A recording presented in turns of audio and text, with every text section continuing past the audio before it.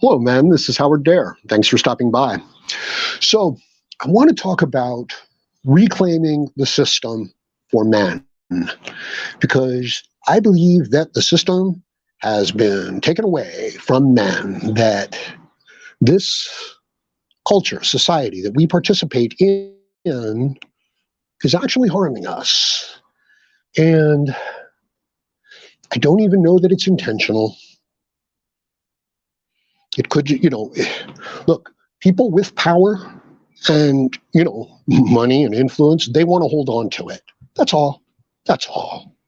So we've got systems in place here, which it has become increasingly obvious to me that are out of our control. Like, we really can't. It would be incredibly difficult for us to reclaim popular culture, right? Like, you're not gonna do that. Can you have some influence? Absolutely.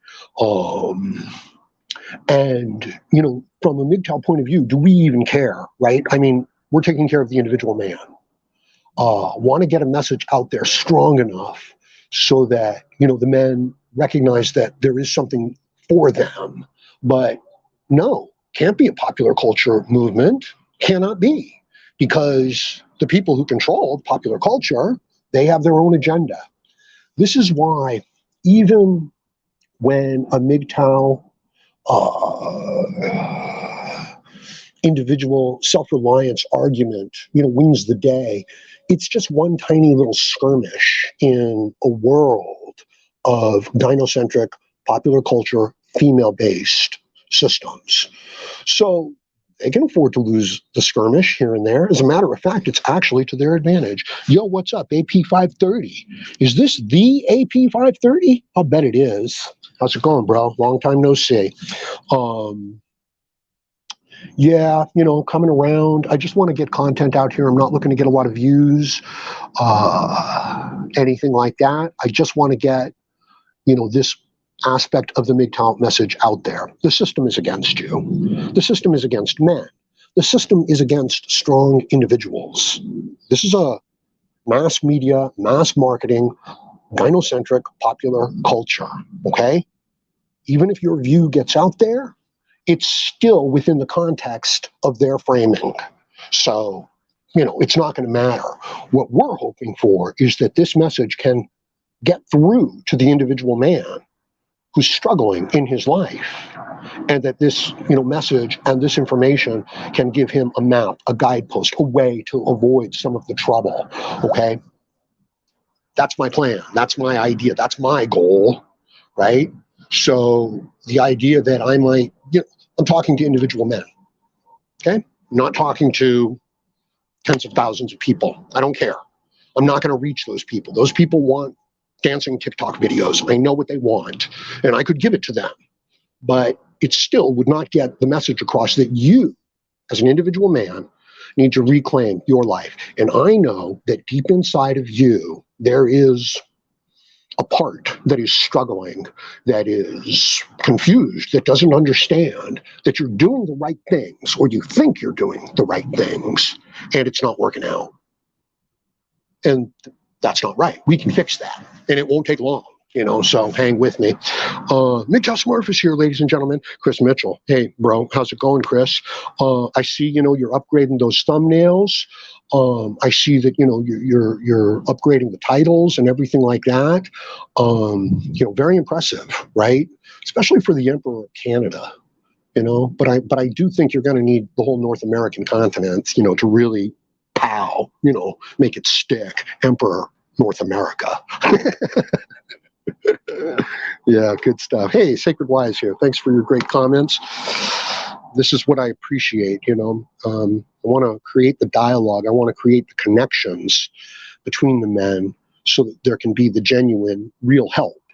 It's a little tricky, but we'll get it figured out. Like a MGTOW Hub resource on the web. where, if you're in the same state, maybe you can hook up, maybe you can connect, maybe you can help each other out, maybe you can help each other find a job. What I'm talking about right now, though, is fucking limiting your diet. Okay, you can't eat but once or twice a day as a man. You cannot do it. This system, this dietary system, this carbohydrate, sugar-based system, eating 5 times, 6 times a day, snacking, is designed, will turn people into diabetic, heart disease, overweight, no energy.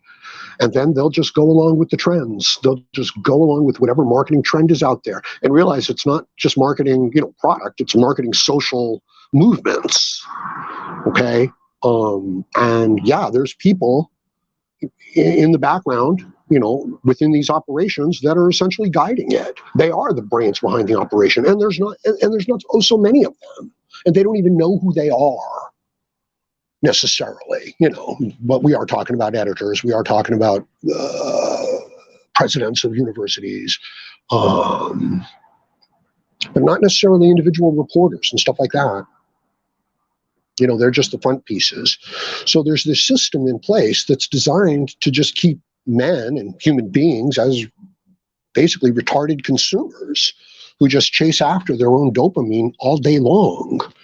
And, once you give in to the dopamine side of these things, once you're not in control of it, it just gets worse and worse. And it has to do with media. It has to do with sugar. It has to do with food. It has to do with, this, of course, affects the attitudes. Let me ask you something. Here, give me 1 sec, please.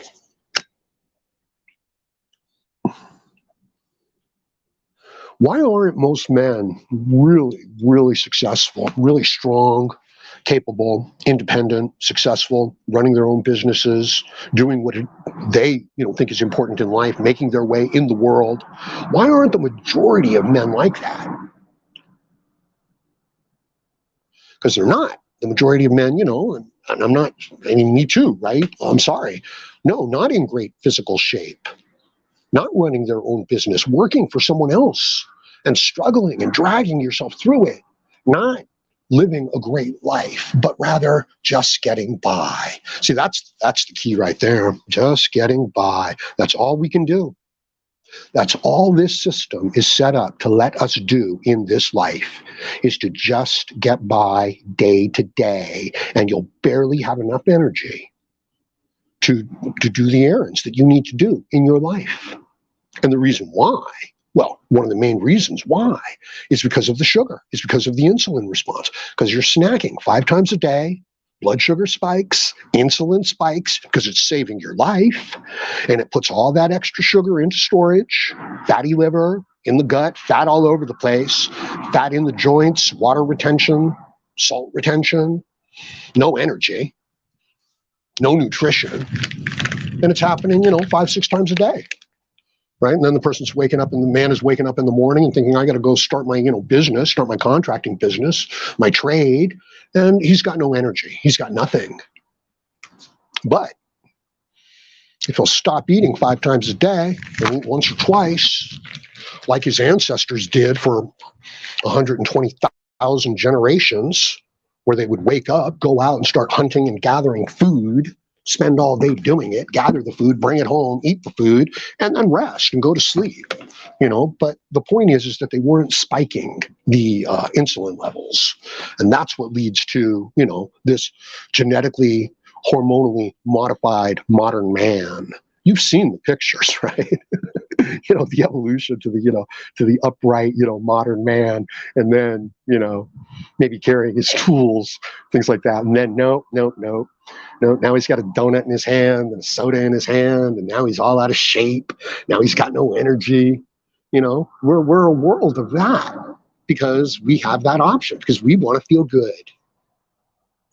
We just want to feel good about ourselves. We just don't want to feel bad about ourselves. And we live in a world that makes you feel bad about yourself, especially as an independent, self-reliant man.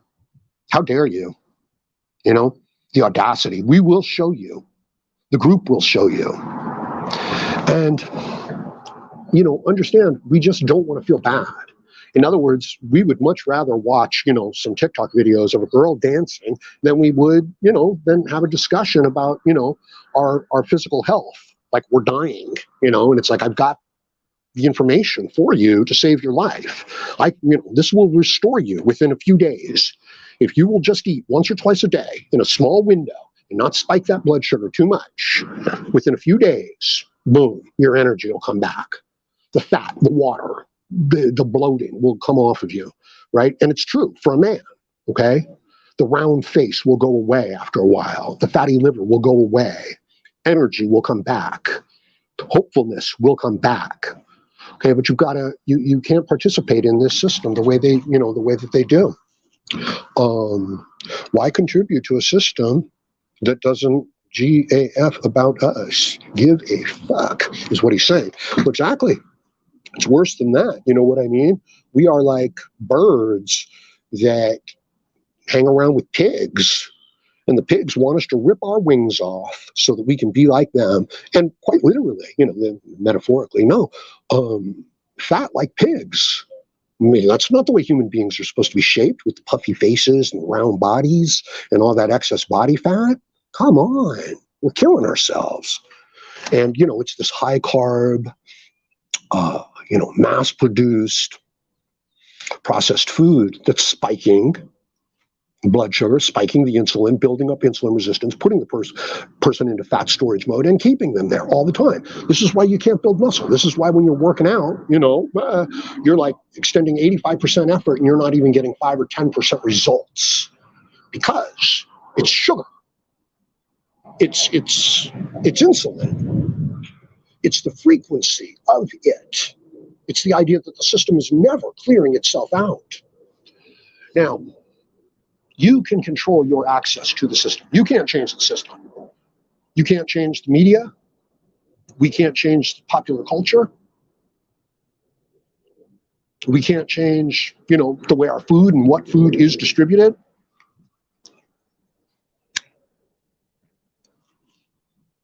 It's out of our control.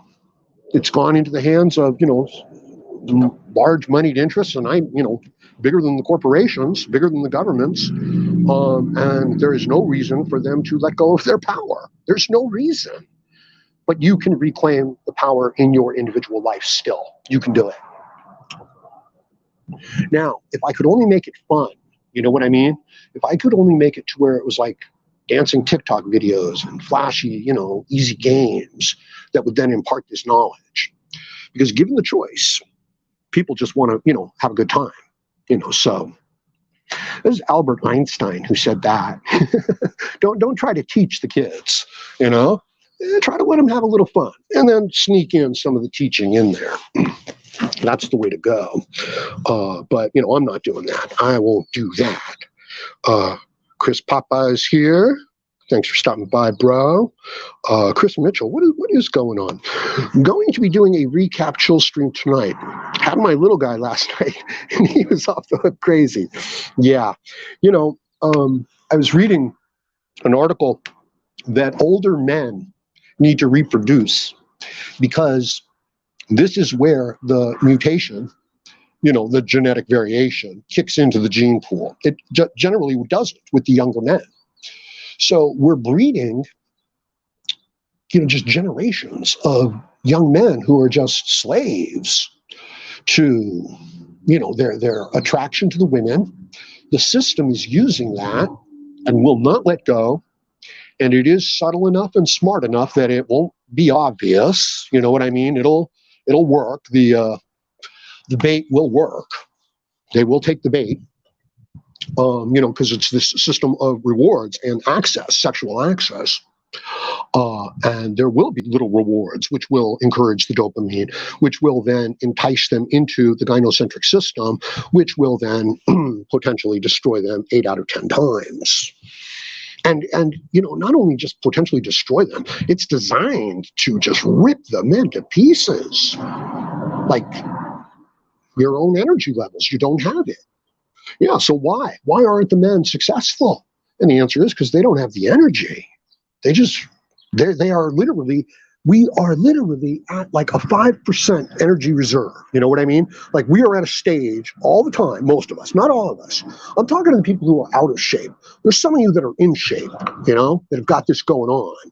Talk to the other guys. Talk to the other human beings. Let reawaken the human being within, because it's as if the soul of man, the soul of the individual gets buried within this sugar, insulin, metabolic fat.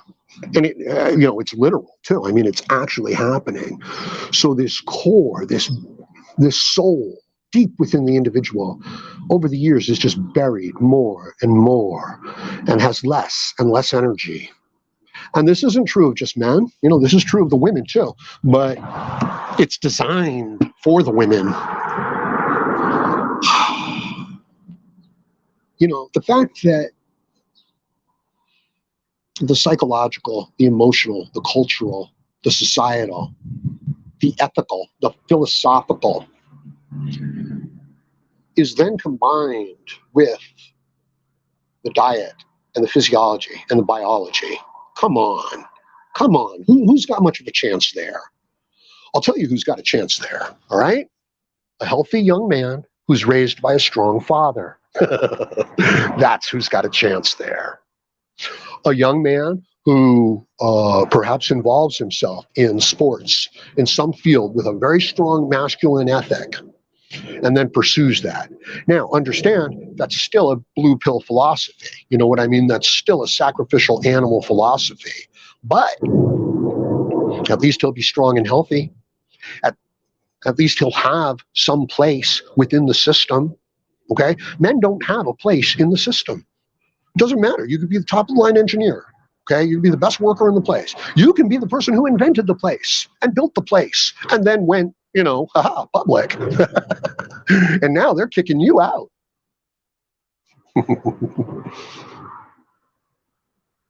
Yep. They'll kick you out of your own company and then they'll drive it into the ground and then they'll beg you to come back. Excuse me one second. That's, Steve Jobs, right? But, who's, he might have very well been driving things into the ground. Let's see. Dick Marks, how's it going, bro? He says, I've not done a live stream in like 3 years. But given the developments over the last 2 months, I think I may have to do one today or tomorrow. Yeah, absolutely, Dick. Please do, Mr. Marks. Just get it out there. You'll reach people that just would not be reached otherwise. Yeah, there we go. Sub to Dick Marks. Sub to all the MGTOW channels. Try to support the guys. They'll support you. I think it's a wonderful aspect that we have here of our community. And I think it gets lost once the channel gets too big. You gotta like keep your audience. You can't let it happen. So I understand. And, one of my concerns is the idea that men, MGTOW, are still obsessed with the women, just, with the anger, just like, and I don't think that's healthy, right? Like, I want you to reclaim, your masculine strength and pride and dignity and just the idea that you're in charge of your own life. That's all, man. Boom. If we can do that, we've done a lot. The shooter needed a father in his life. Tragic, probably avoided. Yeah, absolutely. Well, a good, strong, masculine influence is exactly what the men need. It's exactly what the boys need. And the women don't understand that it's a different way of processing and becoming mature. The man does not want to sit in group therapy and talk about his feelings. He wants to retreat to the woods and rebuild the cabin that he built with his father. That's how he works through. He's not supposed to be this emotional, group-oriented creature. He's supposed to be a strong, independent individual. Now, the nature of our society and culture has changed largely, since agricultural times, right? It's no longer, hunter-gatherer. It's cooperation. It's get a job. It's, fit in, get along with people. This is understandable.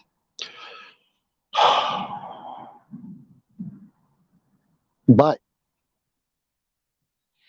as I've said, hundreds of thousands of generations of hunter-gatherers of your ancestors, my ancestors, going out, gathering their food, and then eating, and then rest, and then that's it. That's the day. That's what you're designed for. If you'll do that, your health, your energy, your strength will come back. The fat will burn off. If you don't do that, if you limit yourself to, let's say, 1,500 calories, but you snack it throughout the day, and you're not healthy to begin with, nope, not going to work. The system is never going to reset. So I just wanted to point out that it's not just psychological, it's not just emotional, it's not just social, cultural, philosophical, it's biological. And you know that the plastics are phytoestrogens. You know that. They kill testosterone. And you know that if you want to wipe out any sort of a population, what you do is you attack the male sex drive. That's how you wipe out the future generations. And you do anything else, you know what they do? They just reproduce more. They're like, oh shit, our populations are dwindling, let's reproduce more. And they enjoy it, right?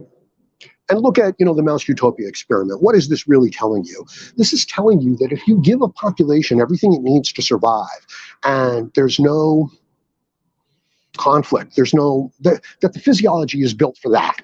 It's built for the struggle. How about the idea that your ancestors went out to get food? They were starving, okay? They went out to get food, and guess what? No luck. They didn't get anything. So they went back into the cave, back into the dwelling, whatever, and they said, this sucks. We're tired. Let's rest. Hopefully we'll have some luck tomorrow. And then they woke up the next day. Do you think that they had no energy? Do you think that they were like, oh my God, I'm dying. I can't get up because I didn't get food yesterday? Oh, no. Their bodies started eating up those reserves. Their minds got sharper. The dopamine response became stronger. You know what I mean? Like they were driven to go out and get what they needed. So you're built for that. You're a hunter. You're a gatherer. Embrace it. Return to your true nature. This idea of, sitting around with silos of sugar and carbohydrates and grains around us, fast food restaurants, very inexpensive food, high fructose corn syrup, sugar, just everywhere, 10 times a day. Nope, can't do it. Can't do it. And, and I really do want to hammer that point home. And speaking of hammers, what happened to Hammerhand? I liked Hammerhand. I didn't have any, much interaction with him. Hey, Monk Music, don't engage us here, ladies and gentlemen. Hey, Monk Music, thanks for stopping by. Things are hard over in Great Britain, man. They are. Canada, America, Great Britain. But, this gynocentric domination of society, it's taking place in all of the technological societies. We're just not hearing it.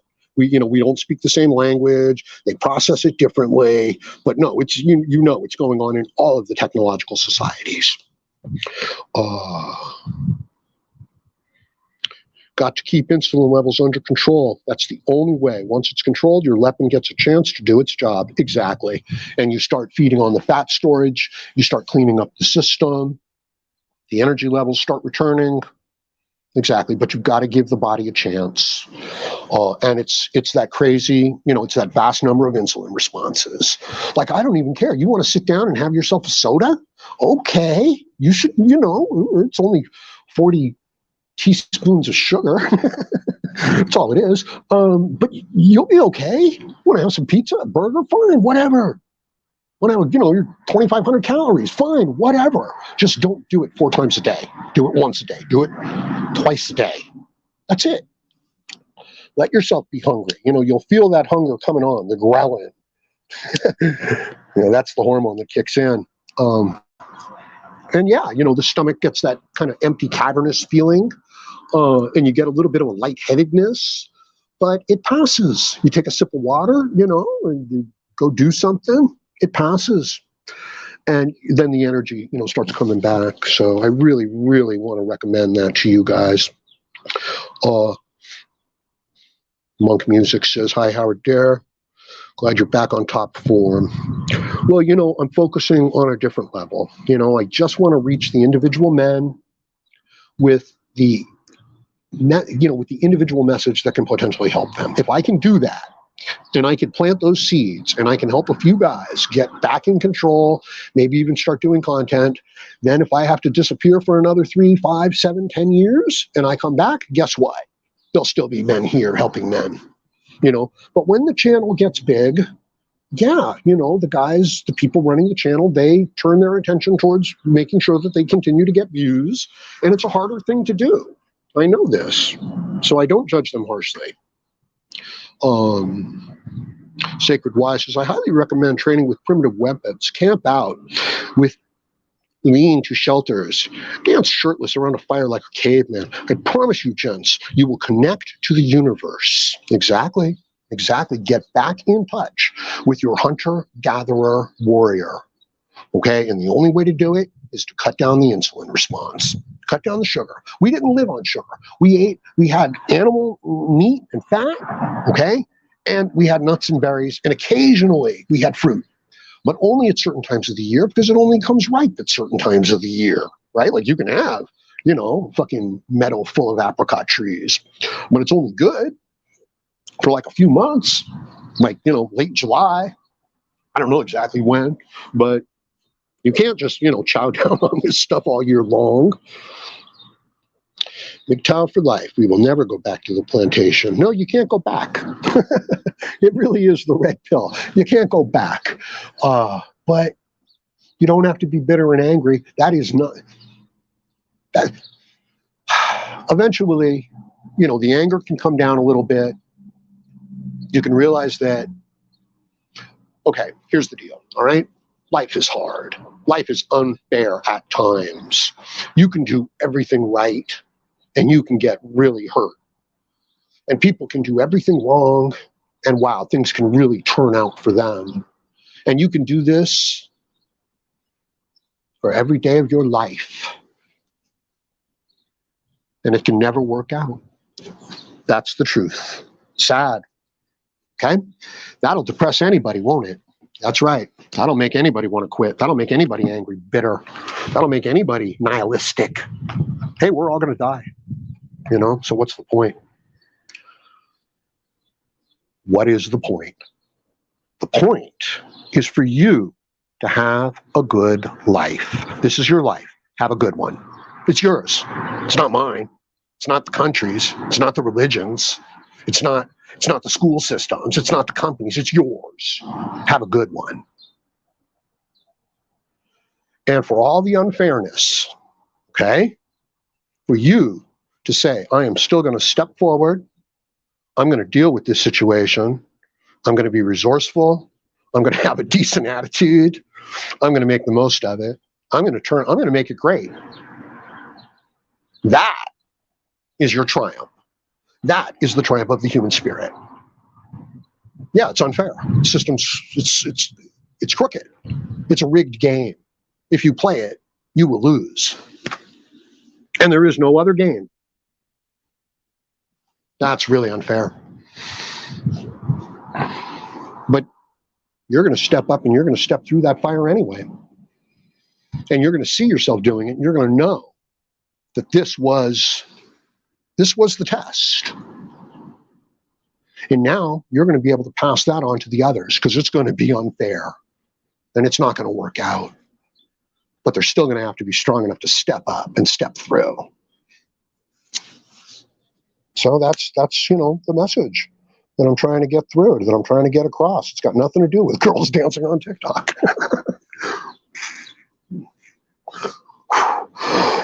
Excuse me. But I want you to understand why that's popular. I want you to understand why that's what people want to watch. I want you to understand that even if it's a good message, because the delivery system is what it is and they control the delivery system, you're playing in a rigged game. That's their game. So, reclaiming the system, I don't know. Reclaiming how you react to the system, you can do it. You have to do it. All of this stuff has to become a tool. You know, when I'm playing chess, the moves that the other person makes are my moves. I know what they're going to do.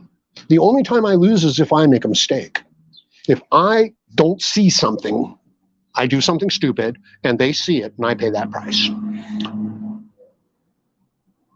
Their moves are my moves. They're just helping me quite along. Okay, back to the comments, everybody. Immersion says, yeah, we will never go back to the plantation. No, you can't go back. Even if you wanted to, right? It's like a cipher in Matrix, you know, please just put me back in the Matrix. I just want the meat to taste like the meat. I know it doesn't really taste, I know it's not really meat, but it tastes like it, and that's good enough. So why waste time for women? Yeah, well, you know, it's built into the men biologically. You know what I mean? Like, this is one of the strongest drives we have. This is one of our strongest dopamine drives as well. And then you've got popular culture and society. You know, every nice product is being advertised by an attractive woman. You know, the standard and the value by which the young men are judging themselves is the approval of women, right? So you got it's yeah, okay. So you got a group of guys, you know, 3 or 4 guys, pretty much the same guys, friends, and one of them gets a girlfriend, right? And, you know, and they're young, they're 20s, early 20s. What happens? Well, suddenly the one guy stops hanging around with his friends, doesn't he? Yes, he does. He may get himself a haircut. He may upscale his wardrobe.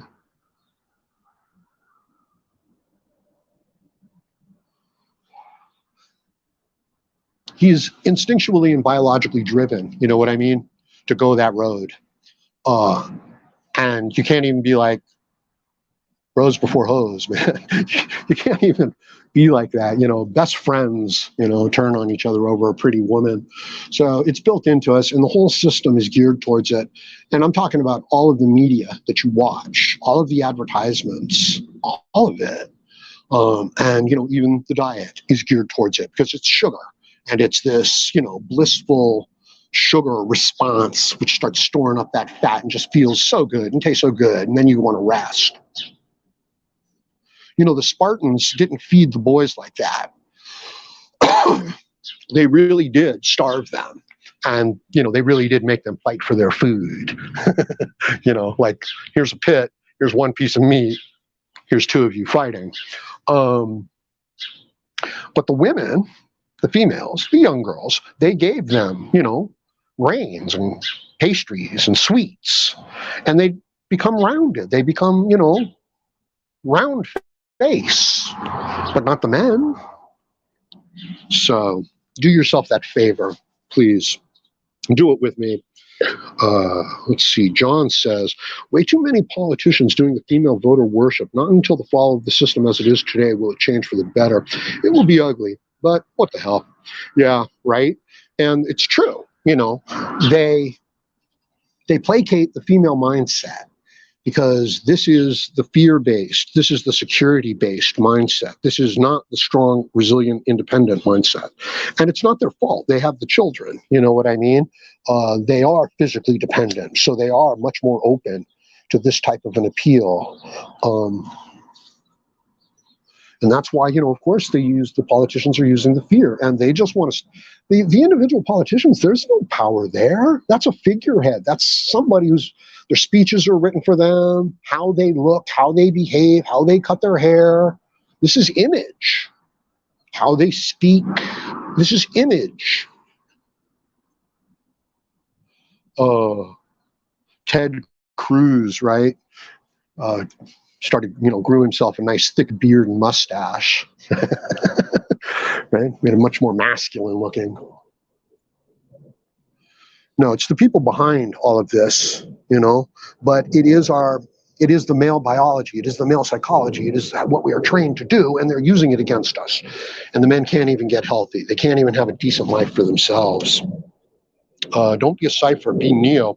Go back into the Matrix all you want, but know that it's fake and you have power over it. Yeah, I did a really nice video long while back, Neo in the Matrix.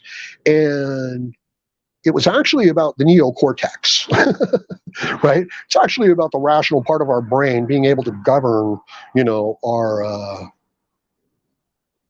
reality, and how we have been driven back, away from our neocortex into this instinctual, way of living where we're just these meat puppets, So yeah, you take control, you get control of your mind again, and then you build the world, you build the life that you want to build for yourself, knowing that the people and the system around you wants you to be, a fat, soft, weak consumer.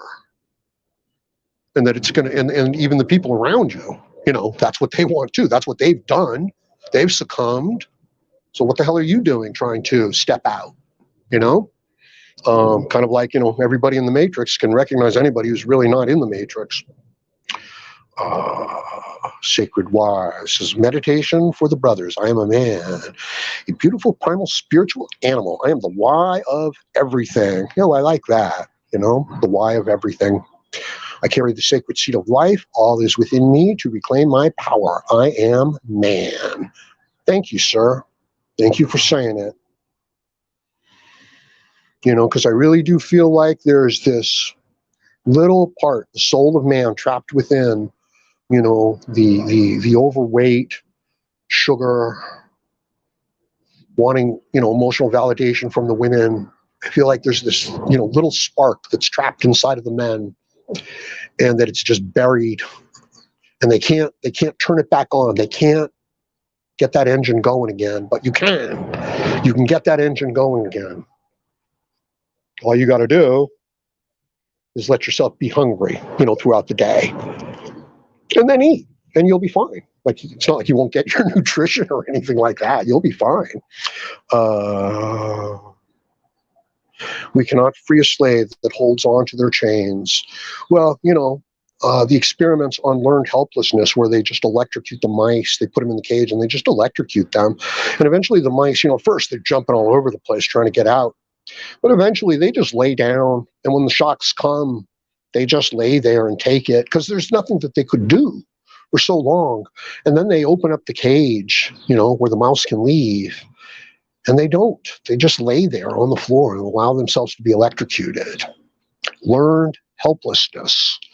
So when the system becomes so unfair and we become utterly hopeless, as we largely are, because of the mass media, because of the marketing, because of the social control, because of the female mindset being, geared towards fear and security. Like, if you don't vote for me, the world's going to end. Combining that with the diet. Helpless. The individual man, the individual human being is helpless. There's nothing you can do. You got 5% energy. You need 50%, and you got 5%. Good luck. Good luck. But stop eating, stop those snacks. Limit that sugar response. Eat whatever you want, pretty much. But just limit how, often it'll come back. Big Bird wears a strap on. Man, you just fucked me up, bro. I'm going to have that in my head all day. Come on, bro. Do you lift, Howard Dare? Yes, I do. And I've always lifted. I've always known that, you have to do this. But I haven't always been consistent, and I have fallen out lately. But as I said, I've always been in decent shape, okay? But I've also always had about 15, 20 pounds just hanging around on me. And I couldn't figure out why, because I would work out like crazy, and I would do 20-mile bike rides, so I'm certainly burning the sugar out of my system for at least temporarily, you know what I mean? But then I'm putting it right back in. So I'm always holding on to those 20 pounds. I'm strong, well, not really, but, I've got some muscle, but I always feel like I'm doing 85% of the work and I'm only getting 15% of the benefit. And, I'm in my late 50s now. And this is this has been, true for me, since my mid-20s. I was in really good shape in my early 20s. But then, boom, started to go downhill no matter what I did. And it's the sugar. It's the insulin response, 5-6 times a day. That's all it is. And it only took me 50, plus years to figure it out. So, go take this knowledge, give it a try, see what happens. Jimmy Brown, thanks for stopping by, bro. He says, find and cultivate the inner strength that has been disparaged, demonized, actuated by society, and you unlock the potential of your masculine resonance. Exactly true. Exactly true. We are treated, fed like women. This has always been, one of my main points of MGTOW. Men and women are equal. It's like, all right, fine. Legally, yeah, fine. I don't care. Absolutely. If I had a daughter, please. Men and women are the same. I don't know. Women are just as good as men. Okay, fine. I understand what you're saying. Yeah, fine. We have different skills and talents, but okay, fine. I get it. Men and women are the same. Are they?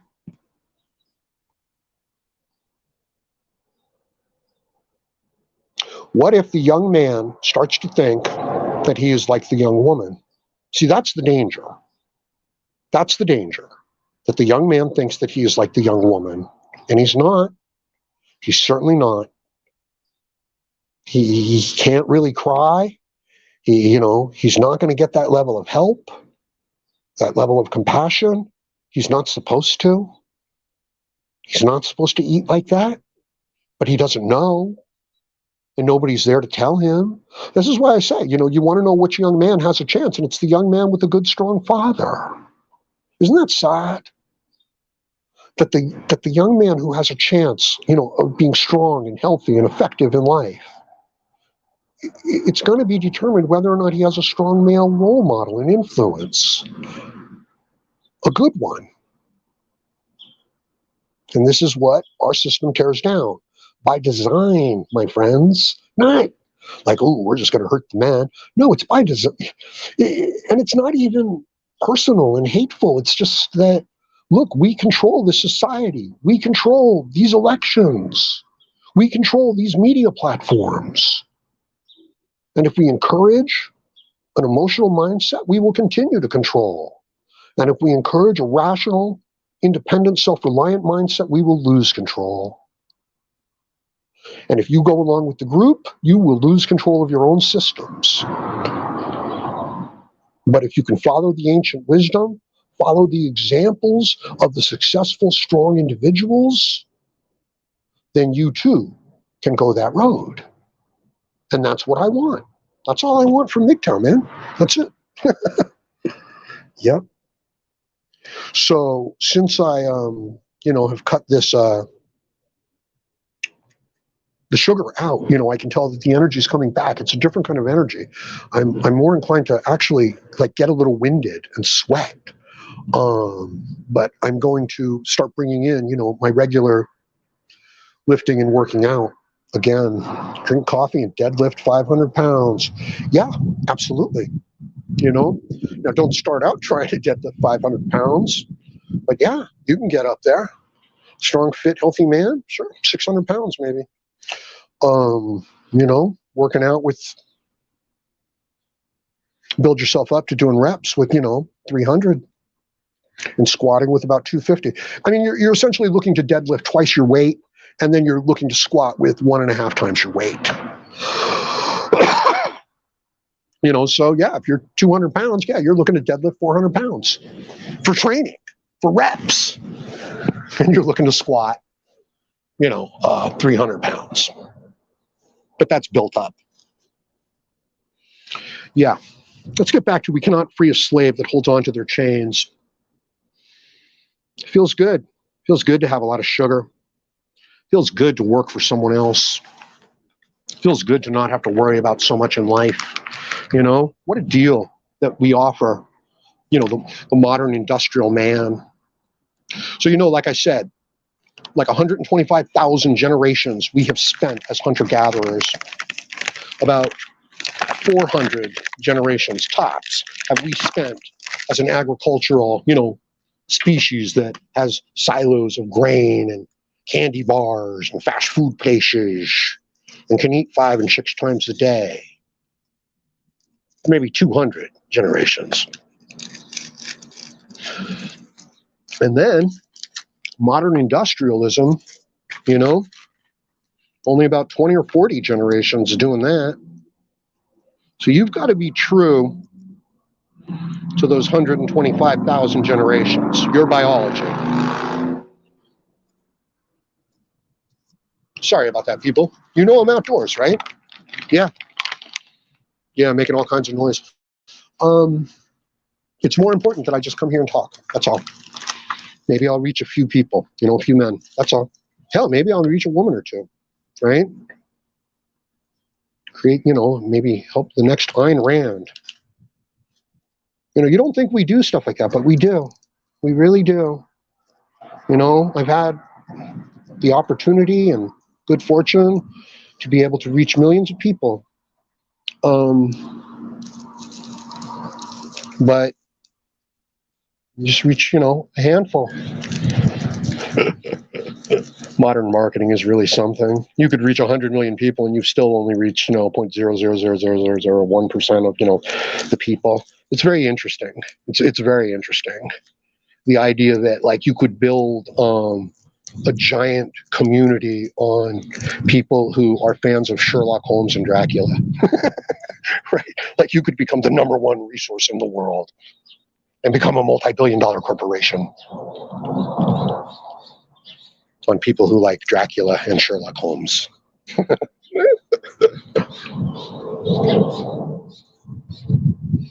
Right. Yeah, right in the middle of something here. Yeah, so I'm outdoors, and there's a lot of noise, and I really care, about the quality. I used to, but I can't. I don't have, that option open to me right now. It would just take too long. Dick Marks says, living in a van and having certain biological parameters and living in a subtropical climate, I eat once a day, primarily legumes, fruit, and vegetables. Yeah, that'll work too. You know what I mean? I think that the people can eat pretty much anything they want, probably as much as they want, as long as they don't do it 4 times a day.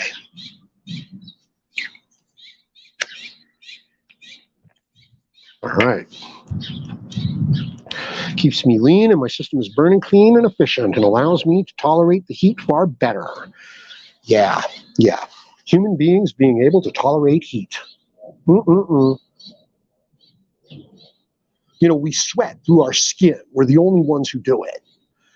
All the other animals, they have to pant through their tongue. So and the fact that we're upright allows us to dissipate, the heat also, the larger surface area. So we, as a group of men, are able to go onto the African Serengeti and walk a wounded animal down over the course of 2 days. The animal will collapse from exhaustion because it can't breathe. Its diaphragm bumps up and down every time it runs. It only sweats through its tongue. It doesn't dissipate any heat through its skin. We can just keep going and going. We're endurance hunters, and that's what we do. Boom. Hunting is amazing. There's a video of a goat up on a giant mountain trail, and it's just like, yeah, man, he's in his element, man. He's cool, no problems. He's a goat on a mountain trail, and all of a sudden, a big giant eagle comes into the frame, and you think like, what the fuck is that eagle doing with that goat, man? This is goat territory. But that eagle grabs onto the goat, lifts him up, carries him off the edge, drops him right off the edge of the cliff. And then he goes down there and snacks away. Hunters. Horses seem to sweat. Yeah, they do. That's right. That's why you got to, cool them down and walk them down and take off their blanket.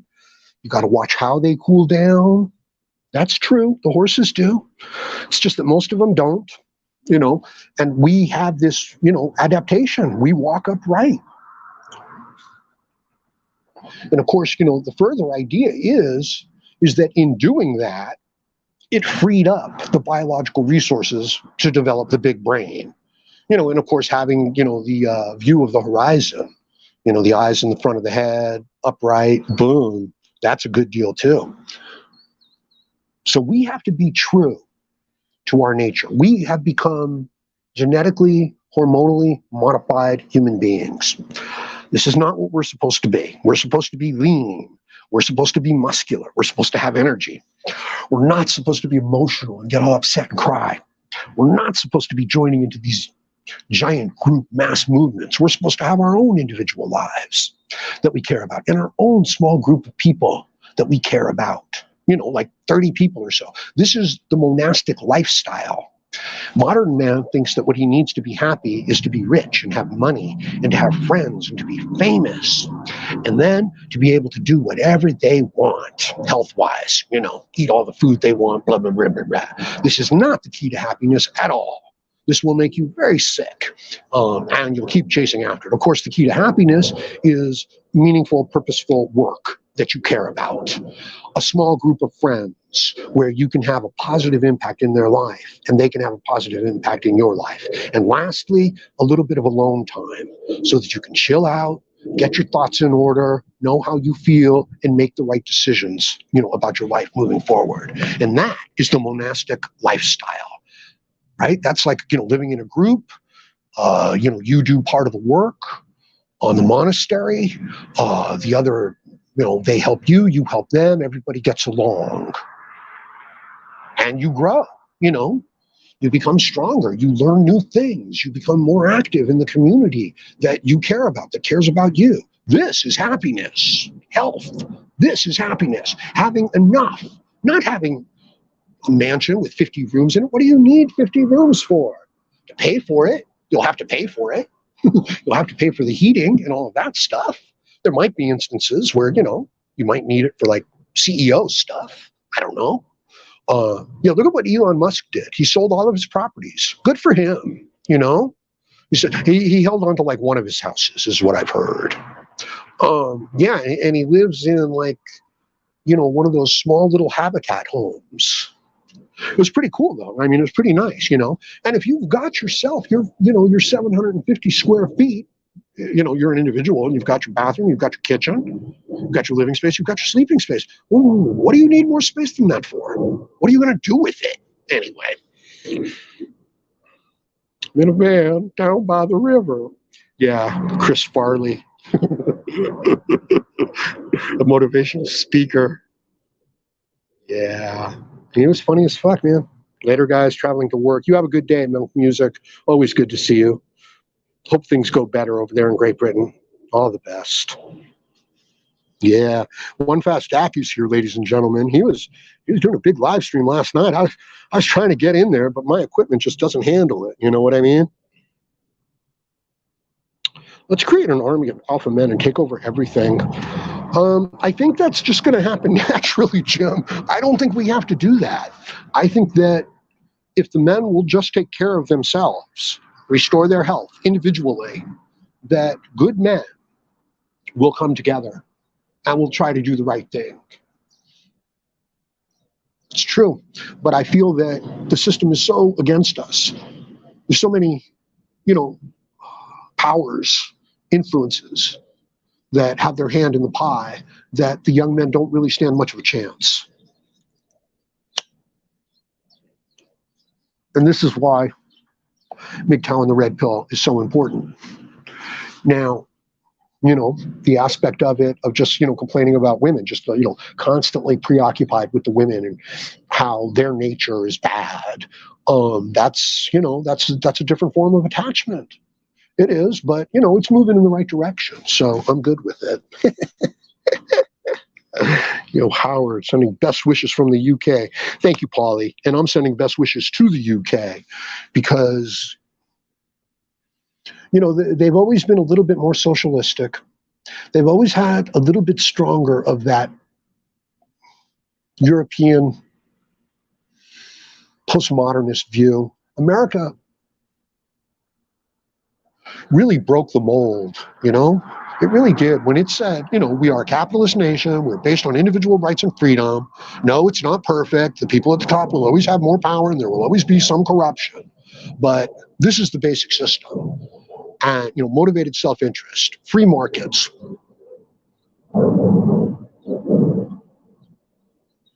And it took off as well as it did, and it dominated the world, you know, at least for the last couple hundred years, right? Not much time. That it inoculated America a little stronger against a group mindset, you know, a socialist mindset. So it's hard. It's hard over there. And, you know, look at Canada. I've often wondered, I think it might be the cold weather, right? We don't want to get in a cold war with Canada because they just have so much more cold.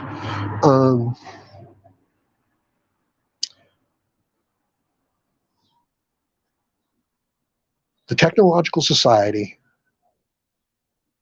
the female mindset, you know, which is politically and socially what they have to gear, you know, what they're harping on. It just seemed to take hold quicker in Canada. I don't know. It just did.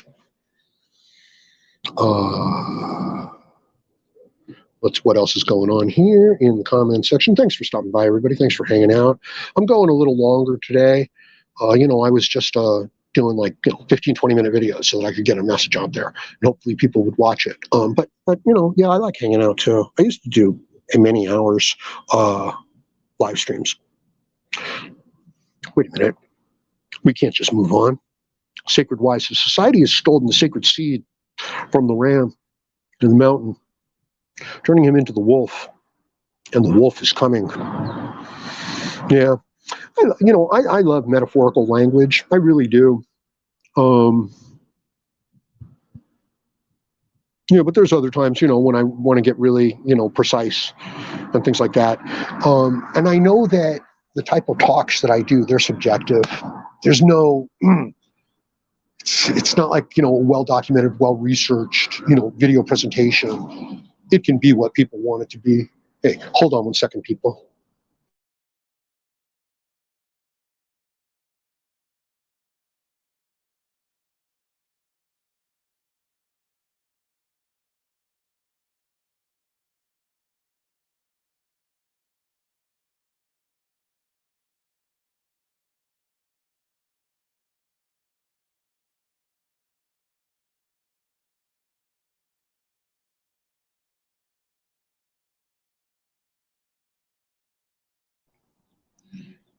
Okay, I'm back. Sorry about that. You know, I'm outside. I'm outdoors, right? You know, and, you know, homeless person, you know, wanted to have sex with me. Come on, you guys, have a heart. Have a heart, you know? It's hard out here. Nah, just little interruptions.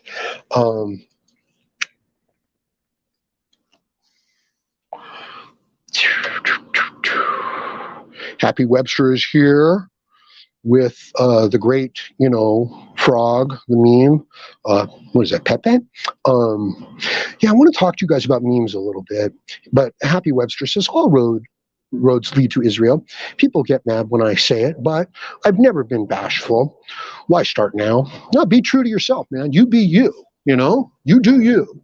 And you're going to be the best in the world at it. Trust me. You know? You like it? I love it.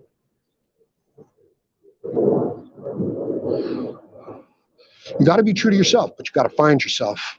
You know, we're lost in the popular culture, in the media, in the validation of the world around us. Hey, we need it. Like, you need a job. You know what I mean? So the world around you has got to be like, yeah, he's okay. Now, eventually, you get older, you get stronger, you go your own way. Look, let's say you're working a job right now, okay? So you're working 10 hours a day, you know, at least. It's hard, but you got to pay your bills. You got to get your stuff done, and you got to basically adopt the attitude that they want you to adopt. You know, you can't go too far, you know, off. So do it. But then Take care of your diet. Don't spike your insulin all day long. You'll have some energy, and then take your free time and build your own enterprise. Do something that you love. I don't care if it's woodworking. I don't care if it's welding. I don't care if it's music creation. I don't care if it's making videos. Trying to reach people. Whatever. I don't care if it's collecting rocks. And then polishing them. Whatever. Take that spare time you have and do the things that you like to do, and over time monetize them, and then replace, working for somebody else with that thing you love to do that's now making you money. That's the plan. Okay. It's not for you to always work for somebody for the rest of your life. And I know that there's an appealing side of that. There really is. And this is kind of what our modern culture allows us to do and enables us to do, and in some ways forces us to do. But it's not your best way. It's not. Okay, the sacred wise says society has stolen the sacred seed from the ram and the mountain, turning him into the wolf, and the wolf is coming. Well, they've certainly demonized the male, the men. The independent, self-reliant, free-thinking man, has been demonized. An individual. It's not just man, it's a woman too, but it's just going to be, 1 out of 100, where it's going to be, 2 out of 10 for the men. UK women are kind of fat. All the women are kind of fat, Jim. That's what it is. That's what this is, a sugar-based, carbohydrate-based society, diet. And we are completely open to, emotional manipulation, and completely open to, being part of the group. And it's quite natural for the women, but it's not natural for the men. We've demonized the man into the wolf. And, you need both. You need the sacred, the Holy Trinity is actually man, woman, child. Okay? That's what it is. That's your Holy Trinity. So the man needs to be strong, the woman needs to be strong, and the children need to be strong. And then, you just kind of co-opt. Sad but true. That's what happens. Most of our systems get co-opted. And when we watch videos about girls dancing on TikTok nonstop as part of MGTOW, we are slowly being co-opted. Now, it's fine. It's cool. It's exposing female nature. You enjoy it, go for it. But understand, reclaiming masculine virtue, masculine strength, masculine sovereignty over his own individual life. And then exposing female nature, exposing the fact that, you're in a corrupt system that's geared towards pleasing the women. And, it's really not going to work out for you if you try to, that system. This will be Sparta. All the way back, 400 BC, they knew, that you had to shape the culture and the society if you wanted the citizens, to have a decent mindset. So this is nothing new, and they talk about it in 400 BC. Yes. Yes, it all started with a woman not happy in a perfect garden. If you guys get a chance, read Mark Twain's Story of Eden. It's the story of Adam and Eve. And he's in the Garden of Eden, and he's alone, and it's fine, no problems. And then, God gives him, the woman, and she just starts messing things up. She starts naming things and, causing arguments, all kinds of trouble. It's hysterical. It's funny as can be, If only Adam had implemented the pimp hand. Oh, here's another interesting one that one of the commenters just mentioned, not just now, but in the past. What if the snake in the Garden of Eden wasn't necessarily wisdom, but was merely sexual pleasure? See, I think it's actual wisdom, right? But their idea was, no, it's just straight up sex. But the animals are aware of sex. You know what I mean? So they might not lust after it though. I don't know. No, I think they do. Yeah. You ever had a guppy aquarium? Yeah, yeah, they're lusting for it. What's going on here? Back into the comments. Anyone want a new place in South Florida? Just finished it. Yeah, what's the deal with Florida? Beautiful area, right? Caribbean-like beaches and everything like that, but every once in a while, killer hurricanes. So 300K, 30 minutes north of West Palm. Wow. What money, man. What money. You got to be able to put it to use, How do you put it to use? And here, let me mention this, okay? Since we're here, we're talking. The system, the free market system, it's geared for you to become a businessman. It's not geared for you to be a worker. You can get by as a worker. You could go your whole life as a worker, but the system is geared towards, you creating enterprise, business, industry. And the way it works is that if you'll take the profits from your company and put it back in your company, we won't tax you. We won't tax you. Now, why do you think that is? Why won't we tax you? Why won't the government take its cut? Because the government knows that you're busy creating a business, and it's going to take a cut of all your employees. So they will give you back your cut if you cut them in on the smaller percentage of yours. That's the deal. And you understand why it works, right? Because you're building a business, and they get to tax those people, and they get to tax those people 20 times a day. They get to tax you and me, the food that we eat, the coffee that we eat, okay, that we drink in the morning, first thing, boom, tax, okay? You get up, get to your car or your transportation, taxed. Stop off some cigarettes, buy yourself a donut. Don't do those anymore, but taxed. You've got some personal supplies that you had to buy, taxed. So you're taxed 20, 30 times a day. But now let's say you own the business, okay? And you need clothes. You need a wardrobe to run your business. So the profits from your business have just bought you a new wardrobe.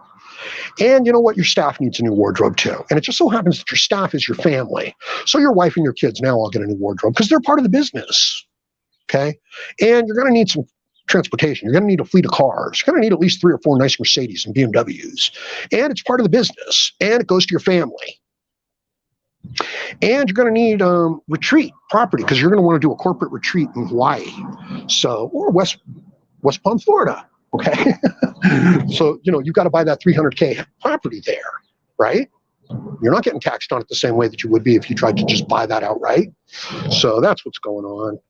And you need to avail yourself. And I'm telling you, the reason why you can't do it, because you know what to do. No excuse for stupid in this day and age, not with the internet. You know what to do, but you don't have the energy. You don't have the resources. You don't have the time. You don't have the strength. There's too many, things are going to go wrong along the way that are just going to set you back. And the reason why you don't have the energy and you don't have the drive is because you're eating a female diet. And in everything that you participate in, even MGTOW, focused on the women. Not focused on you yourself, focused on the group, focused on a social movement, focused on something that's got you upset and angry. And there goes your energy. So reclaim your warrior pride, reclaim your hunter-gatherer warrior ancestry. That's what's dominating you. That's what you are. 125,000 generations of that, 400 generations tops of being in an agricultural society, 200 generations tops being in an industrial scientific society. You've got to be true to the 125,000 generations, or you will be sick. And, this is what I'm sharing with you. This is my message today. This is what I'm hammering home. Back to Hammer. What happened to Hammerhand? I liked him. He had a decent message. He was nuanced. He was smart. He was passionate and strong. Oh, I guess that's what happened to him. I'm sorry. I'm sorry. Jim W. If you don't want it, I recommend making it into a monastery for MGTOW monks. That would help dudes. Yeah, it's really hard to help people. You know what I mean? How do you know who to help? How do you know if you're just dealing with some freeloader, that just wants to use and things like that? And then how do you know if, you're actually, really helping and building a community? It's not easy. This is not an easy little, trick here. But I'll bet you that there are men who can do it. And for them, it can be a little easier. So let's get the individual men in order. Let's give the individual men the tools they need to reclaim their lives, to become strong, to find meaning and purpose in their lives, to get their health back. That's what I'll focus on. And then we'll see, what builds up from there. I like money too. Money is power. Money is the placeholder for the exchange of value. Or that's what it's supposed to be. In other words, you want your house painted. I'm a house painter. It's valuable to you to get your house painted. It's worth $3,000. And it's worth it to me to exchange my time and my work and some of my material to get that $3,000. And I'm good at, what I do, because otherwise people wouldn't hire me. There's real value there. So we do the trade. And in exchange for that work and that time and that skill, the $3,000 is exchanged. And now that $3,000 can be used to buy more material, more training, food, pay the rent, all those things. So it's an exchange of actual value. That's the idea. The poker chips represent actual money. But what happens when the system becomes corrupt? And now you just give the money to the people who need it the most. You take it from the people who've earned it, and you give it to the people who need it the most. From everybody, according to their abilities, to everybody according to their wants and needs. Now, what have you done? Well, you've killed the engine. You've disincentivized the people to work hard and to, create value. So, of course, that's what we're going after. And of course, that's where you get your votes, and that's where you offer the people security. And this appeals to the person who can't compete, who doesn't have the energy. So, and you're forced into that situation. So it's a really tough system. Yeah, money is great. Now, once you have enough money, though, what are you going to do? They say, I guess we need about 125,000 now. Like that'll, pay a person's bills, give them a car, give them a vacation. If an emergency comes up, they won't have to worry too much. It won't devastate them, So do you push yourself beyond that? And that's a personal question. Once you've unlocked this system of energy and being effective in life, you don't want to stop. You know what I mean? You just don't. It's like, well, I could make 250,000. Okay, I'm going to do that. Now, could you get lost in that? Yeah, you could. Could it become empty and meaningless? Yeah, you could. Look at someone like Elon Musk. Do you really think that he's doing the things he's doing just to make money? He's not. Right? He's doing the things that he thinks will have a positive impact on society and culture and make money. So you don't want to get lost in just chasing after the money. You're looking for meaning and purpose. And once you create the meaning and purpose in your life, this will create the value. And that brings the money. So don't go for money. Go for value. Don't go to be great in life. Go to just be, have a decent life. Don't try to be a great man. That's too much. That's a line from one of the Star Trek episodes, Star Trek movies, isn't it? Don't try to be a great man.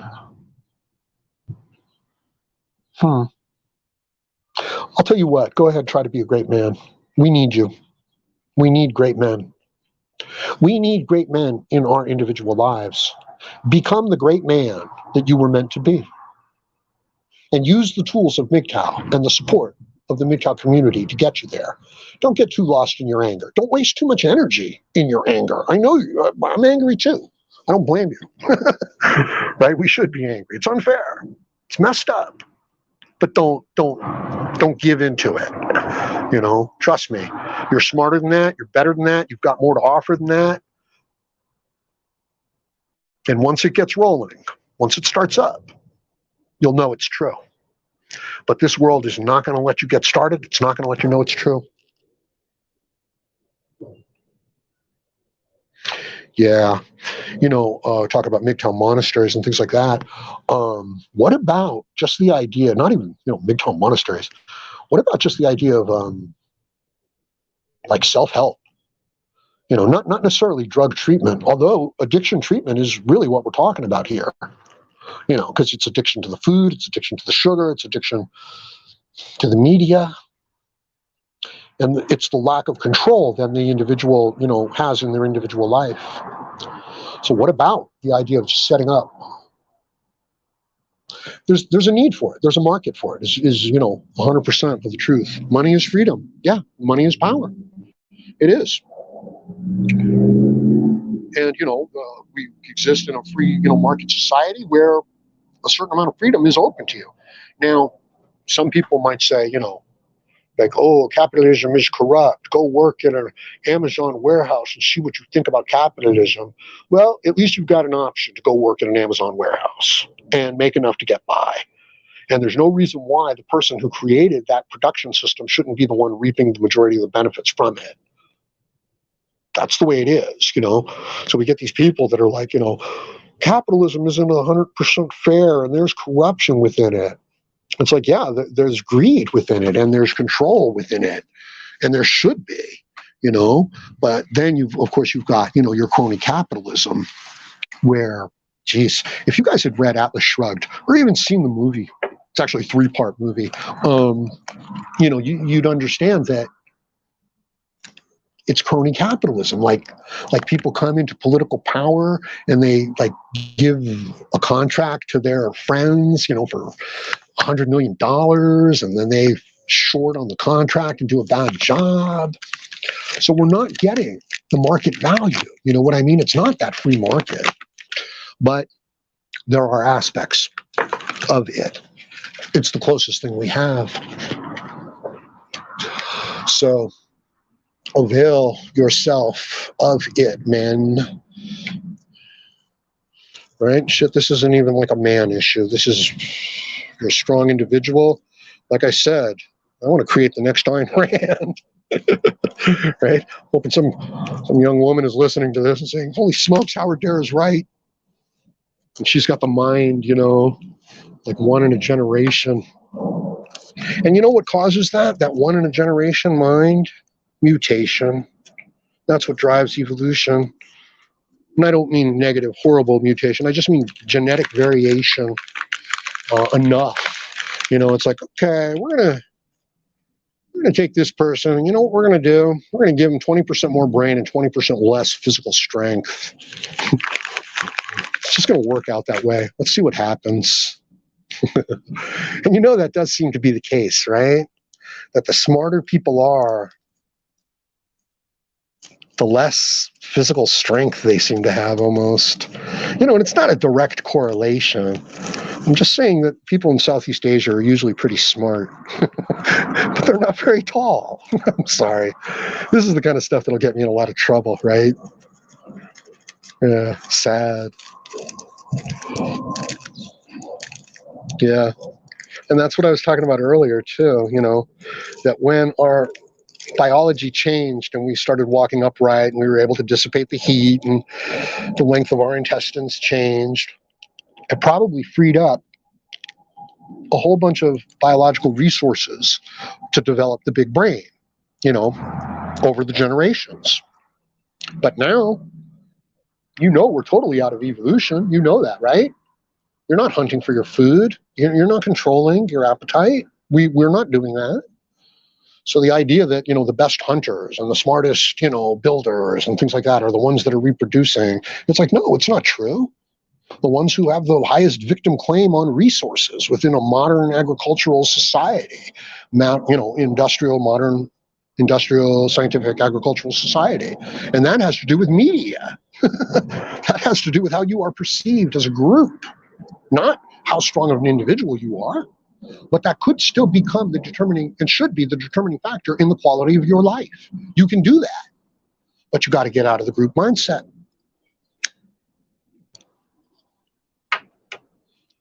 Got to get back to yourself, man. Got to start taking care of yourself, building yourself up, making yourself strong, believing in yourself again, pursuing your dreams, facing life's challenges and difficulties with an open heart, glad mind, good attitude. That's the key. That's how you're going to get the strength to deal with this and build the life that you want, to be the man that you want to be the human being that you want to be, to have the influence that you want to have. That's how you're going to do it. You know how to do it. The reason why you can't do it right now is because you don't have the energy. You don't have the physical strength. You don't have the biological strength to do it. You don't have the focus and the concentration. And I'm not talking about everybody. Some of you have got it, but the majority of us don't. And I want you to have it. And then I want to come hang out at your place. I want to come visit, the, potential new monastery, hang out for a little while.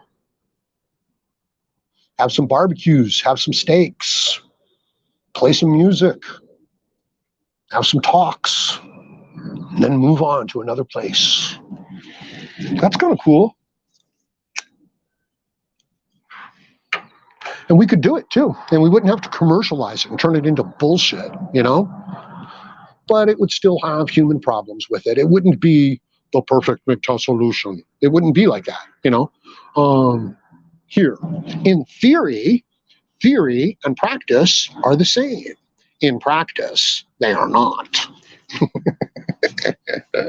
I found reading great books makes one smarter. Jim, thank you. This is true. You get to hang out with Aristotle if you want. You get to hang out with Friedrich Nietzsche if you want. You get to hang out with Albert Einstein if you want. You get to hang out with Abraham Lincoln if you want. You get to hang out with Genghis Khan if you want. You get to hang out with Attila the Hun if you want. Now, you also get to hang out with Magellan, who supposedly circumnavigated the globe, but he didn't. He died halfway across, okay? But some of the people who were on the ship wrote the book and said, Magellan, so he got the credit for it. But it was actually another guy, and I forget his name. He's the one who, was on the ship and got all the way around, but he didn't write a book. He did not write the book. So, yeah, great books. And you know who I read a lot of and still read a lot of? Ayn Rand, a woman.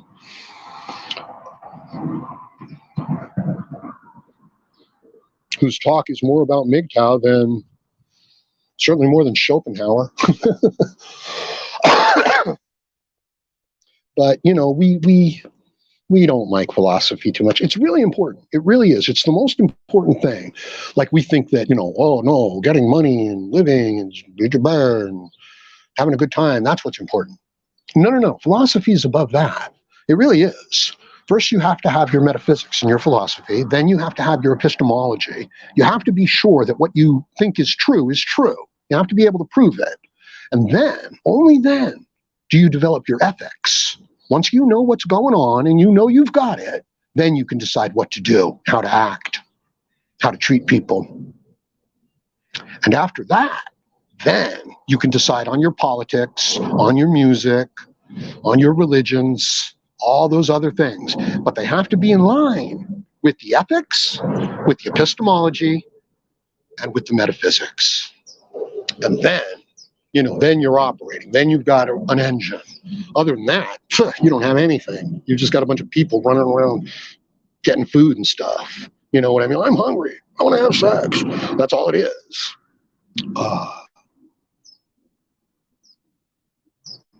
For the love of God, says, I used to own the movies. Which movies are we talking about? I don't know. dialectic, Marx says, as per politicians, it's much easier to ingratiate yourself to someone via feelings than results. It's easier to convince someone that shit is a diamond than to actually produce a real quality diamond.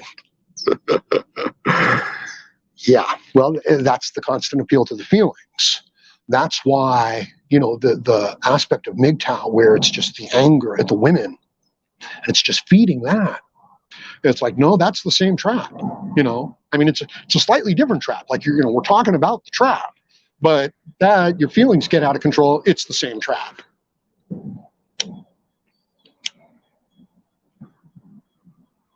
Understand further that when you're in one of these conversations about these issues, you're not necessarily talking to the person that you're talking to. You're talking to the people who are listening to you. Therefore, oftentimes it is the gentlest gamester who wins the day. That's from Henry V.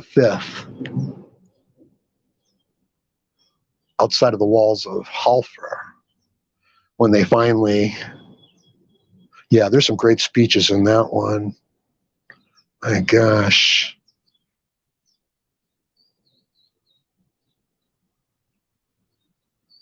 Yeah, they're at the gates of Halfer.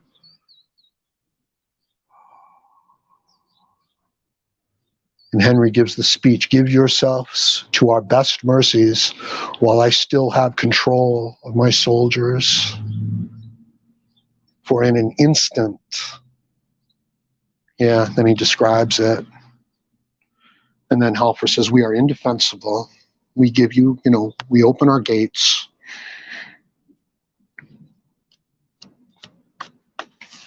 And then Henry tells his men, there'll be no robbing, there'll be no stealing, there'll be no raping, there'll be nothing taken from the citizens unless it's paid for. And any man who's caught stealing will be hung.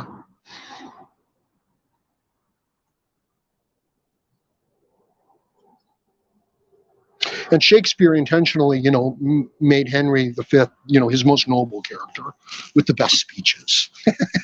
So it's, read them. Just watch the movie with Kenneth Branagh. Hell, I've done a video on this. I've done a video called "We Are Brothers," and we are brothers. And it's that speech. It's the we happy few.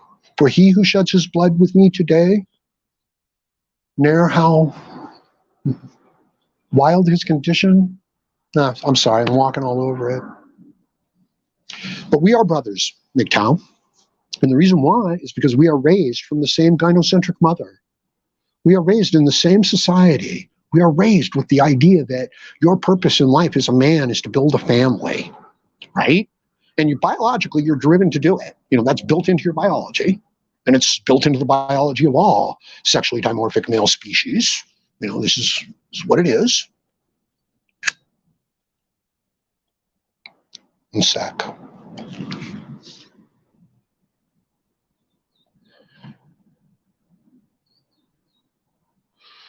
So you should basically be the king within your own life.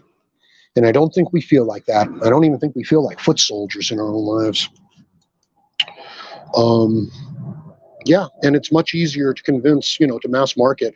We have mass marketing down so well that, you shape the hearts and the minds of the people around you. That's what this is. That's what this game is. And that'll determine the next election. That'll determine who's popular within media. That'll determine what we pay attention to and what we don't. The Sacred Why says, "I would like to have the Howard Dare Show on the Sacred Why. Let me know what you think, brother." Yeah, absolutely. I love to go on to other podcasts and just hang out and talk. Could do it Wednesday nights. Yeah, I could always be available. I'd like to, I thought that I would like to build up this channel and bring people, on here. And I will, but I'm not also interested in just building a big channel. You know what I mean? I'm not chasing that. Because I believe to do that, I would just have to harp on the negative aspects of society, female nature. And no, I don't think the message that I want to put out would get through in that setting. Capitalism also makes an end to corruption. It's when government takes control of companies that monopolies get started. Well, yeah, it's government corruption. If you really did have a free market system, even with, its monopolistic, the control of like the early, industrial barons, even that's better than government control and complete regulation. I mean, they're not regulating it; they're funneling. When they say they're regulating a community, they're not. They're funneling that community. What about social media? Should social media come under government control? It's bad enough under private control, right? How about if Elon Musk really does buy Twitter? How about if Elon Musk buys YouTube? How about if Donald Trump buys both of them and says anybody can say anything they want on any of these platforms? Right? Even Donald Trump. That's free speech. Now, might there be some speech that you would say, hey, no. That's too much. Yeah, there might be. Like you can't yell fire in a crowded theater because, you're going to hurt the people. You could not come out, as a company, as a publicly traded company CEO and just start saying stuff that would, mess things up. You have a financial responsibility, things like that. So there would be limits. But, what we've got going on now, this is mass media indoctrination. This is a group mindset, that is vicious, that is destroying individuals. And they're not even, able to find happiness in their own lives. That's what this is. This is something very different. What else is going on here? We can still hunt, says For the Love of God. Yeah, well, make it like you're hunting, Get up in the morning and go out and hunt up your food and just have that one meal. Let's see. Nomad John is here. Thanks for stopping by, bro. And he says, yeah, well, wait a minute. Let's get that on screen. Says, I got into a relationship, but I'd like to think I'm still going my own way. No legal marriage, no kids. Absolutely, John. If you want to do that, you can do that. This idea that, like, MGTOW is here to tell other men what to do and what decisions to make, that's absurd. You are your own man. You decide. You want to go out and hunt a unicorn, you find a unicorn, go for it. You do what you think is right, but have the knowledge, have the information, know that, it's a female system rigged against you, that you're stepping into, some dangerous stuff, some attitudes. Just be forewarned, That's all. You don't have to, the idea that men have to do this or do that, or that I'm here to tell a man what to do, or another man is here to tell another man what to do. It's like, come on, man. That's not what we're talking about. That's not what I'm talking about.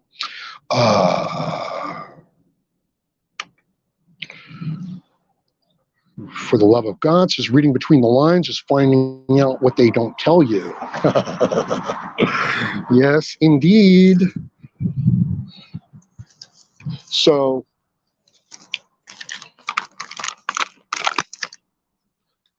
a man decides he wants to murder his wife. So he goes out jogging and he brings some gloves and a knife. And they're in an isolated canyon area, and he does the deed. He does it.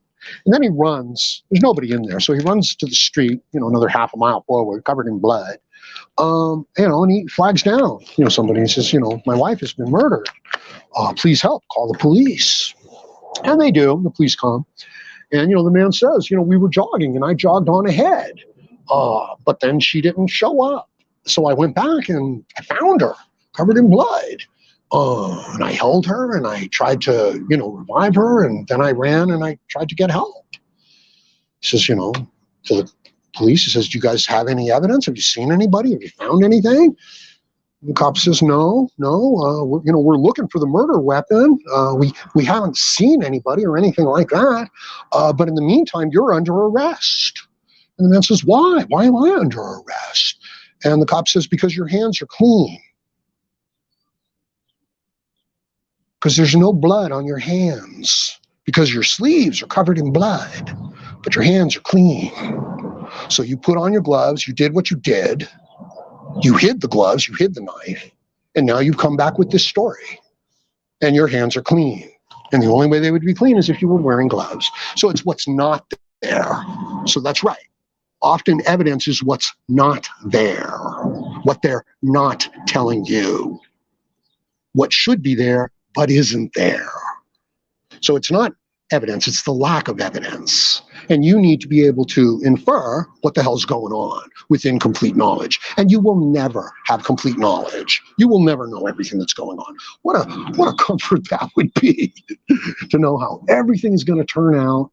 You know, I mean, you can have a real good idea. You should have all your contingency plans. But, you know, incomplete knowledge. So, got to be really smart. And to be smart, you got to read.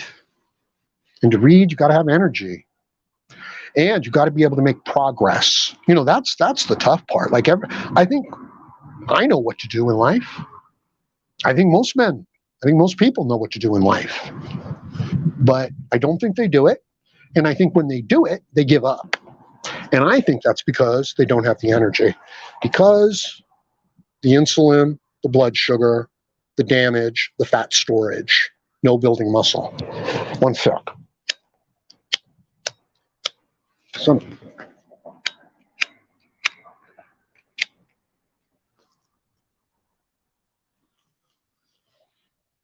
what I'm doing is I'm just coming on unannounced, live, regular, talk to you guys. That's all.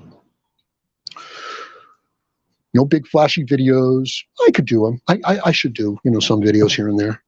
Some things I guess are ideally suited, you know, to analyzing them in that way, and other things are suited towards just coming in and talking.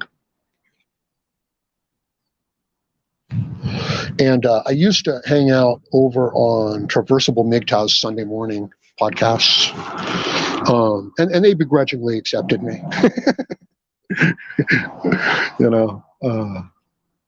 It's like, hey, he's 75, 80% MGTOW in line with what we're talking about. So they were cool, you know. And I really do like the idea that, you know, the men just have a place to hang out. What's this? NR1. Europa was the last battle, was the biggest red pill I ever swallowed. Europa. Well, this is the Jupiter moon. This is the moon that we've been warned to stay away from within the 2001 stuff. All these worlds are ours, except Europa. Jim W. says, I once read, we become what we think about, focus more on success and the masculine. There's a lot of truth in that. You know what I mean? Now, could a person just sit around and imagine themselves having $1 million? I don't know. But they could certainly imagine having it and then going out and working towards it and doing the things necessary to get it and never giving up because, you know, they have that dream. And yes, we become what we are consumed with, you know, and that is the meaning of be careful, you know, when you stare into the abyss, lest the abyss stare into you, you know, which of course has gotten the modern translation of be careful hunting monsters, lest you become the monster you're hunting. So yeah, what we occupy ourselves with is, you know, what we become. What we prize, what we value is, you know, what we hold in our hearts as valuable. That's, you know, what we become largely. Unfortunately, you're not deciding what you hold in your heart like that. You know why? Because dopamine is deciding that. And the reason why dopamine is deciding that is because we're in a terrible metabolic syndrome and we have no energy. So we're not even deciding what we want. You know, like if you asked 100 men, you know, which is the attractive woman, you know, and you showed them images of women, you know that they would pick the trashiest ones. You know that they would. They'd pick the ones with the most makeup, the most done up, the most fake, clown-like, with a physique and a body that's just not human, is barely human at all, you know?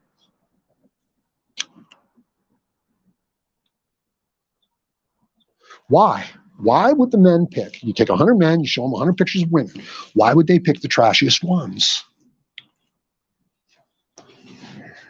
Why would they pick the ones that look most like a McDonald's Big Mac? Or a tall, cold soda? Or like that movie star? Why would they pick that one? You know you can't have a future with her. You know that anytime you go to the store with her, that 5, 10 other men are going to be like chasing after her. You know that every time you go to the store with her, she's going to be looking at 5 or 10 men that make a lot more than you and do a lot better than you and are a lot more handsome and healthier than you. So why would you pick her? I'm saying you didn't pick her. I'm saying your metabolism, that popular culture picked her, that your mental, psychological, epistemological outlook on the world that was set by a gynocentric system, I'm saying that's who picks her.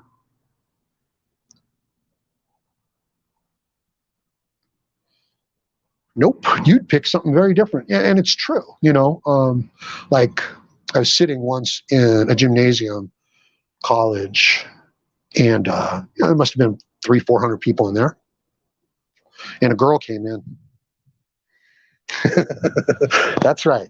One girl came in, right? There were hundreds of girls there, right? But one particular girl came in.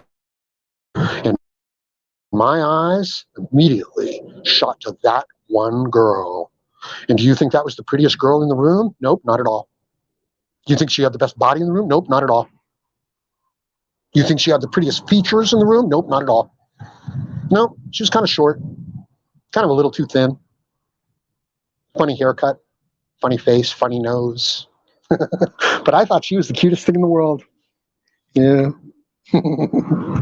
Yep. And sure enough, yeah, that's right. Out of that whole big place, yeah, I went out and sought her out. And I got to know her. And I started hanging out with her. Because to me, she was cute, Now, there were prettier girls, like, could have been like 10 yards away. There's like, 5 or 6 girls, and they're all beautiful in bikinis, right? And I'm walking past, and I'm like, no, I don't care. But then I see one, not the prettiest, and it's like, hey, wow, she's really cute. I like her. And off I go to talk to her. So I don't even think we pick what we think is attractive anymore. So what was this Europa battle? Because if there was a battle for Europa, over there at the moons of Jupiter, and I wasn't involved, I'm like, what the hell? I would have liked that. Europa was know thy enemy. Yeah, that's from Sun Tzu, from the very beginning of The Art of War. And, it's a much longer quote, and it's got a slightly different meaning, but it is essentially, the quote is, if you know your strengths and weaknesses, you know the strengths and weaknesses of your opponent, you need not fear the outcome of 100 battles. Not that you will win 100 battles, but that you need not fear the outcome. Because you know that if you've got 1,000 troops and he's got 5,000 troops and you walk into that battle, that you're probably going to lose. So you need not fear the outcome of 100 battles. And you may very well be intending to hold his 10,000 men there with your 1,000 men while your 20,000 men finally make their way to the battlefield. So you need not fear the outcome, but not you're going to win. William Hand says, heard a lot about you. Good to see the legend in real time. I'd shake your hand, but hey, bro, I appreciate it, and we're just trying to help men and, get a positive message out there. That's the goal. That's all we're trying to accomplish. We're not trying to get a lot of views. We're not trying to get a lot of donations. We're not trying to get a lot of likes and shares. We're trying to help men. And that enables me to do a whole bunch of things that I could not do otherwise, like just come on here and talk. And R1 says, Happy Webster, yes. I felt pretty broken after watching it, but glad I did it. The world makes a lot more sense now. But racism is, of course, not the answer. Glad you got out of it. No, racism is not the answer. We judge people individually based on their deeds. But we do have traits. We do have tendencies. And we do have social views, So this idea that we live in some sort of ultimate egalitarian, society where we can be fair to everybody. That's crazy. I'm sorry.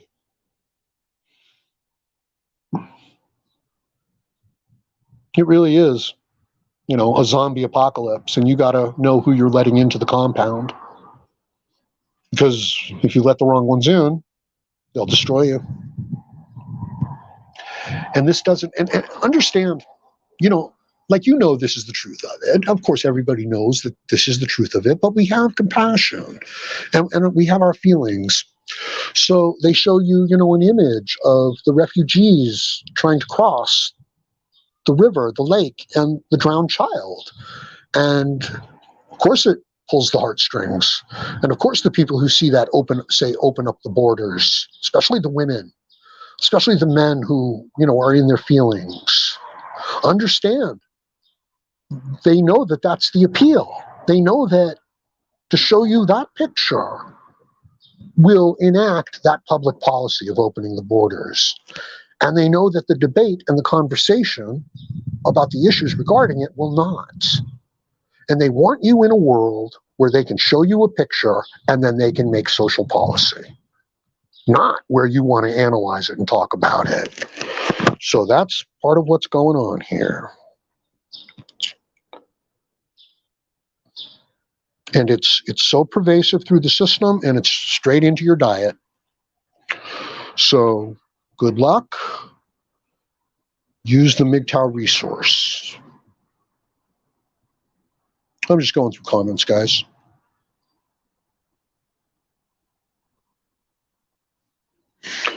AP 530 says, Happy Webster, the same people who created and controlled communism created and controlled Christianity.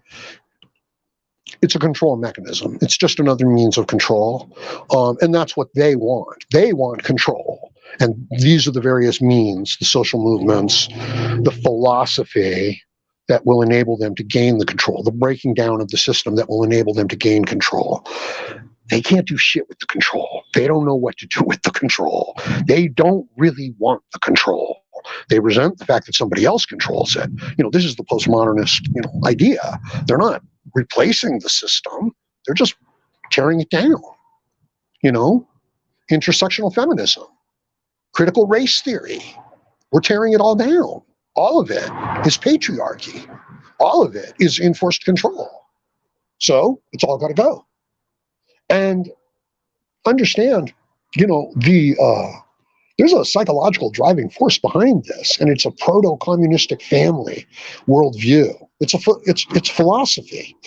I promise you, it's a philosophy, and it's a philosophy that the human mind develops within the family. And it says, if the world was just like a mother and a father and the distribution of resources within a family, everything would be good. And someday I will be that type of a father. And it's a noble, virtuous kind of idea. Like you got to pat your kid on the head for having it, but it's not an adult, mature idea. It doesn't work. And that's the realization that comes to the liberal mindset if it's truthful and honest. After about 40 or 50 years, it's like, yeah, this was the kind and the decent and the compassionate way to move forward, but it didn't have that result, and it doesn't really work. What works is the individual responsibility and, keeping the system fair, not giving advantages, but keeping it fair, and then helping people that might need help along the way, but not giving it to them. Allowing them to develop the skills, the abilities to secure their own life. Any government that's strong enough to give you everything you need to stay alive is strong enough to take away everything you need to stay alive. And that's Thomas Jefferson. We don't want a very strong government. We don't want, too much regulation and control. We want individual freedom. You need individual control of your own life. Gain that back, and then you can put yourself on course again. Lose that, give that up to the group, and you may never get your life back. So that's the message, that I wanted to share with you guys this morning. And I think it's a good message. The Sacred Why, who's got good things to say, men. Why aren't you going to have a channel called The Sacred Why? Just know, gents, that I and your brothers love you for who you are and have amazing potential, men. It is my pride and joy to be here for you, for our brother Howard. Keep on going. Exactly. What better deal could you ask for? You've got to make your way in the world. Okay, you've got to earn your way in the world. That means you've got to give value to some and get value in exchange for that. There's no government programs to take care of you, even though there are. You know what I mean? Now, within that context of you giving value to the world and getting value back from the world, you can help your fellow man. You don't just have to telemarket light bulbs to the elderly to make a profit. You can give people the tools they need to gain their health back, to gain their life back, to gain the joy, the meaning, the purpose in their life back. And you can make your way in the world doing it. That's a good deal, my friends. That's a good deal. Seeing as how before you would have had to do it selling light bulbs to the elderly. Will you be doing a stream with MGTOW values? I'll always do a stream with MGTOW values. I was here, a few years back building up MGTOW, my own, part of it. And MGTOW values was here, being true to the values of MGTOW. And then I'm away for a few years, and I may go away for many more years. But I was away for a few years and I came back, and MGTOW Values was still here doing the right thing. Now, the other channels that had been small channels when I had left, that I had helped, they're now big channels with lots of viewers. But they weren't, and that's what they were chasing after, their views and their viewers and their audience, but they weren't focusing on the values to help the men, which, was the seed which helped create those bigger channels of today. So, and I'm not saying anything, I'm not coming down on anybody, but I am saying, let's get a focus back onto reclaiming male virtue and strength. So, you do 2-3 videos on, female entitlement and the women acting crazy, and then maybe you do one video on, building the men back up, working out, getting hormones back under control, starting up a business, investments, So you still keep your people happy, but you still get out, rebuilding the masculine virtue. So that's what I'm focused on, rebuilding the masculine virtue with exposing some of the female nature.